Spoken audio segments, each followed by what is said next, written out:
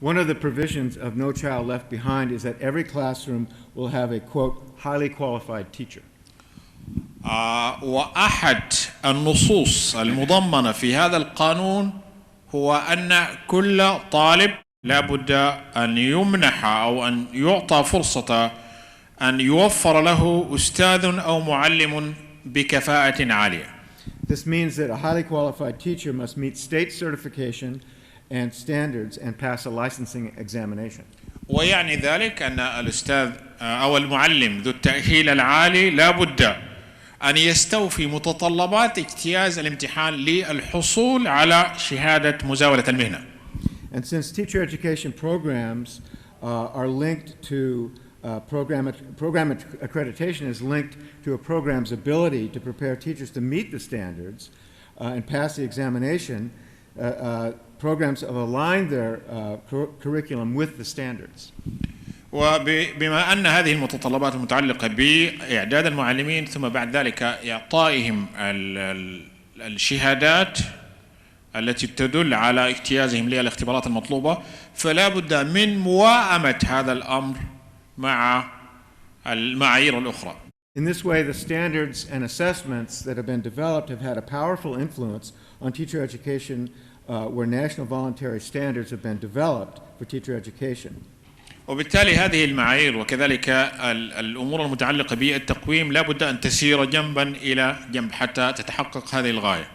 These standards make recommendations about content knowledge, curriculum design, course content, teaching methods, and professional conduct, and have created a controversy in the field of education, teacher education, as questions are asked about whether we can have standards without standardization. هذه القضايا المختلفة والمتشابكة قد أثارت بعض الجدل في الولايات المتحدة عما إذا كان من الممكن أن تكون هنالك معايير من دون أن يكون هنالك ترابط بين هذه الجوانب المختلفة. Those who favor the standards and assessments claim that by having standard curriculum throughout the United States will create greater equity and consistency in teacher education programs. الذين يناصرون أو الذين يؤيدون أن تكون هنالك معايير وكذلك جوانب التقويم يدعون بأن هذه ستوفر فرص متساوية أو متقاربة لمعظم المعلمين.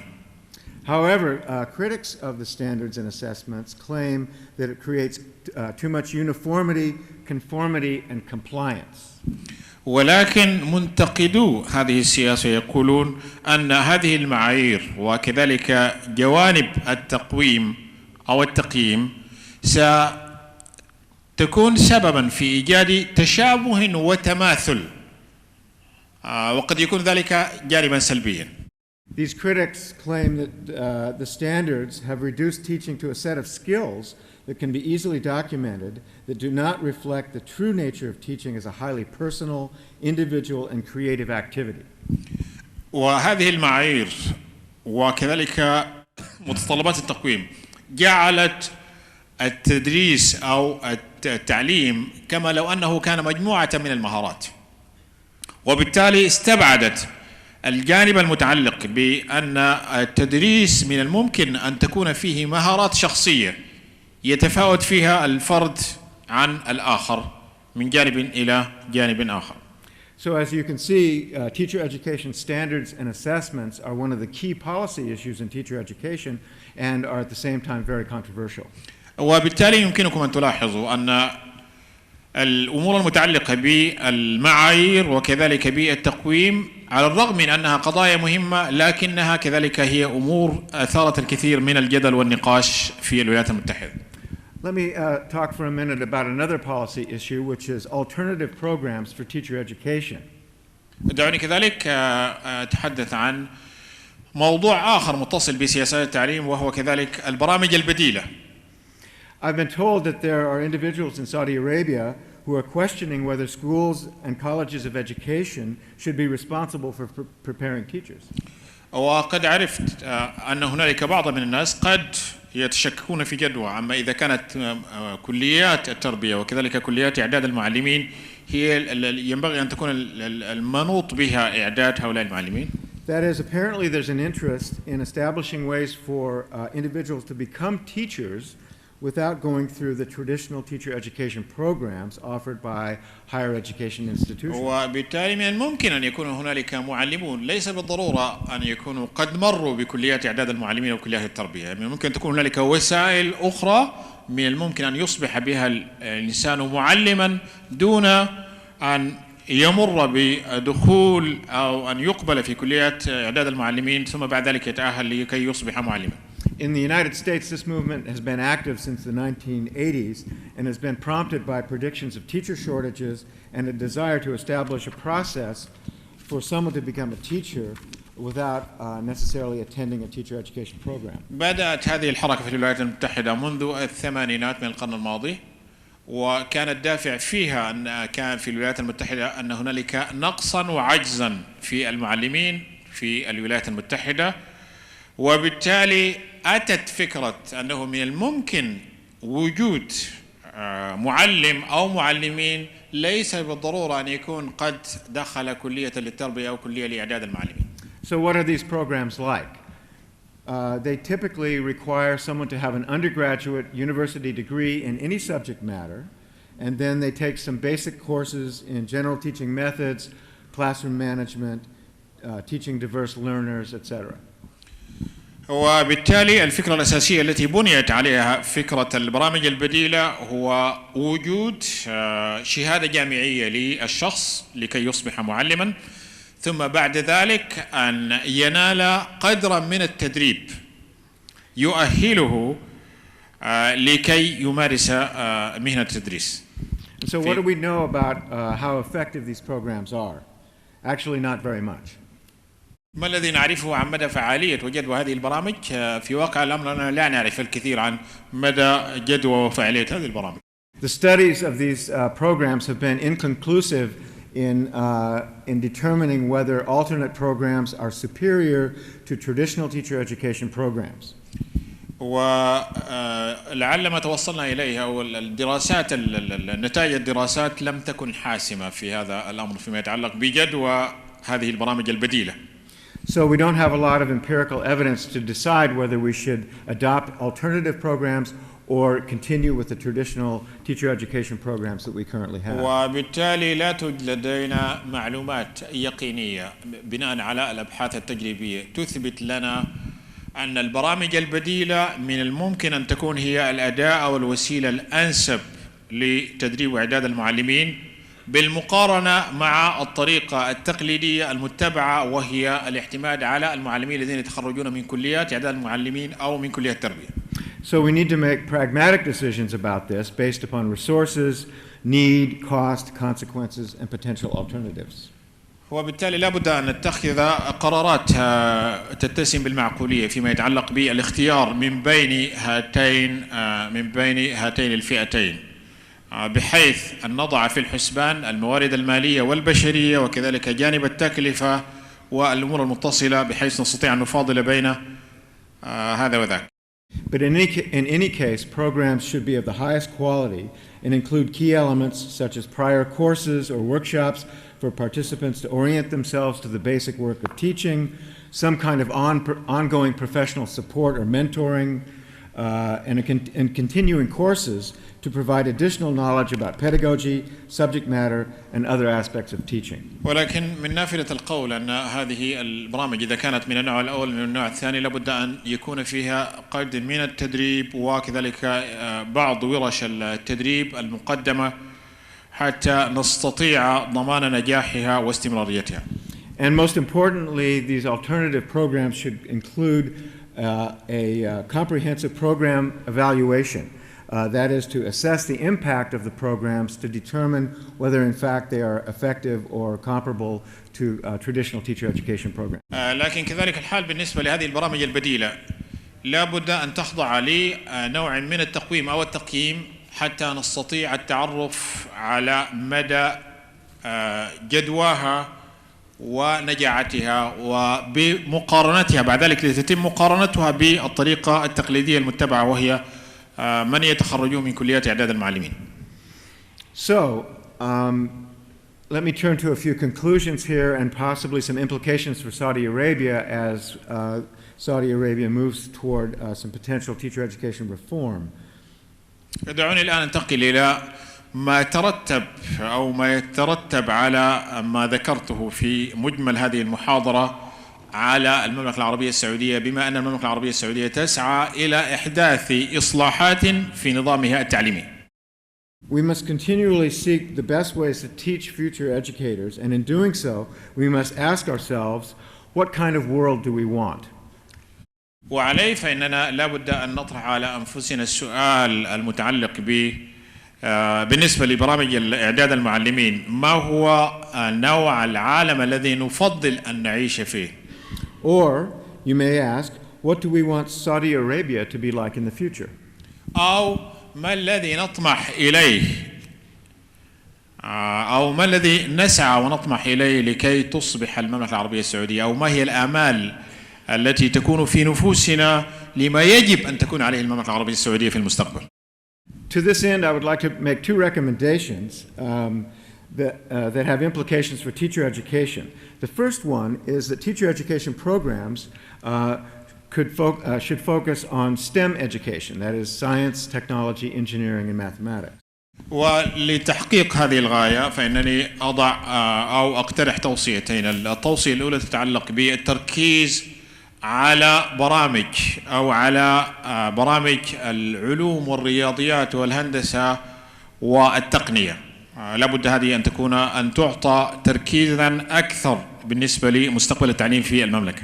The reason for this is I've read that in the current situation regarding education in Saudi Arabia, there's a critical need to prepare young people to enter the workforce and to provide them with the skills and knowledge to lead Saudi Arabia into the future as a member of the global community.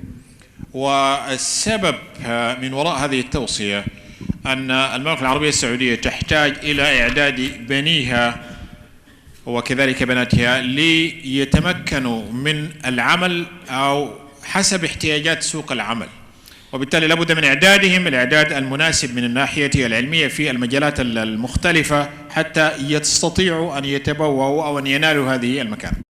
And STEM education as a curriculum movement is aimed at preparing students to meet the challenges of our technologically advanced society.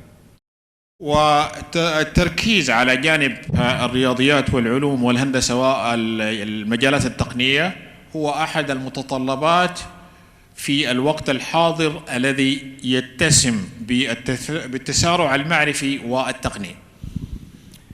What separates STEM from traditional science and math education is its blended learning environment and showing students how the scientific method can be applied to everyday life. وما يميز هذا المنهج المعتمد على الرياضيات والعلوم والتقنية وما إليه عن المنهج التقليدي الذي كان في السابق والذي كان يركز على مادتي العلوم والرياضيات، أن هذا المنهج الأخير يعتمد على اتباع طرق تدريس متعددة وليس الاعتماد على واحدة أو اثنين منها. And it begins very early in the student's school career, in elementary and primary grades, introducing science and technology in ways that motivate students to become interested in it and to consider pursuing careers in science and technology. وكذا الحال بالنسبة لميزة هذا التعليم الذي يركز على جوانب العلوم والرياضيات والهندسة والتقنية هو أنه يغرس حب هذه المواد لدى الطلاب في المراحل المبكرة منذ المدرسة أو من المدرسة بدءا من المدرسة الابتدائية، حتى بعد ذلك تكون لديهم دافعية وشغف إلى أن يبحثوا عن وظائف في هذه المجالات في المستقبل، في مستقبل حياتهم. And there's an emphasis on inquiry-based and real-world problem-solving, and an emphasis also on bridging in-school and out-of-school learning. كذلك هنالك محاولة للدمج وكذلك الجسر الهوة الموجودة بين التعليم الذي يتم داخل المدرسة وخارج المدرسة.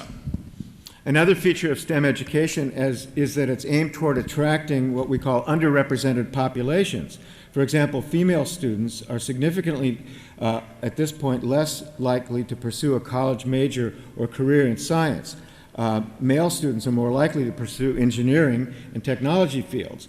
Using STEM education, female students will prefer science fields like biology, chemistry, and marine biology. أحد كذلك الأمور التي من الممكن أن تساعد على هذا الأمر، أو الميزة التي من الممكن أن يمنح لها هذا النوع من التعليم، وهو تعليم الرياضيات والعلوم والتقنية والهندسة، هو أنه من الممكن أن يردم الفجوة في المجتمع الموجودة بين البنين والبنات، لأن غالبا البنين هم الذين يتخصصون في مجالات الهندسة والتقنية وما إلى ذلك، ونسبة أو معدل الفتيات أو النساء للتخصص في هذا المجال تعتبر أقل، وبالتالي من الممكن أن يساعد هذا المنحى في تقريب أو في ردم الفجوة بين الذكور وبين الإناث في هذا النوع من التعلم. So STEM education can provide new opportunities for women in the workforce, which is an area that Saudi Arabia is already making great strides in.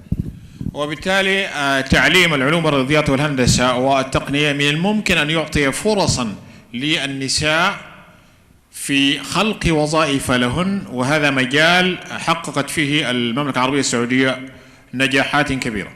So finally, teacher education programs need to make significant changes in their curriculum in order to prepare teachers to effectively deliver the STEM curriculum.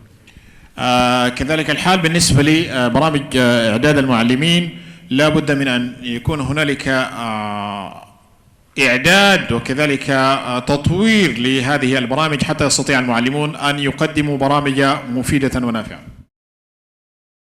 A second focus that I would recommend would be to develop a strong social science curriculum. توصية أخرى كذلك، لا بد أن يكون هنالك منهج اجتماعي جيد يضمن العناصر الاجتماعية. By their very nature, the social sciences require students to think critically and solve problems.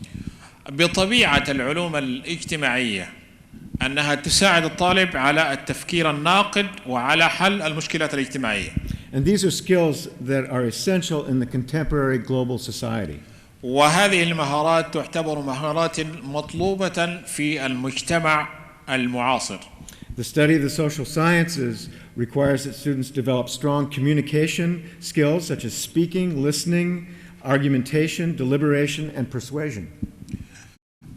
كذلك هذه العلوم الاجتماعية تستطيع أن تمكن الطلاب من المهارات، من مهارات التواصل الاجتماعي المتعلقة بالقدرة على الخطاب وعلى التحدث، وكذلك الاستماع الجيد وإدارة النقاش والحوار وإقناع الآخرين. These are highly valuable skills in an increasingly interdependent and connected world. وهذه مهارات في غاية الأهمية بالنسبة لعالمنا المترابط أو المرتبط أو شديد الترابط مع بعضه بعضا. An integrated social science curriculum that incorporates concepts from sociology, anthropology, psychology, economics, history, and civics can also lead students toward gaining a sense of national identity and commitment to the common good.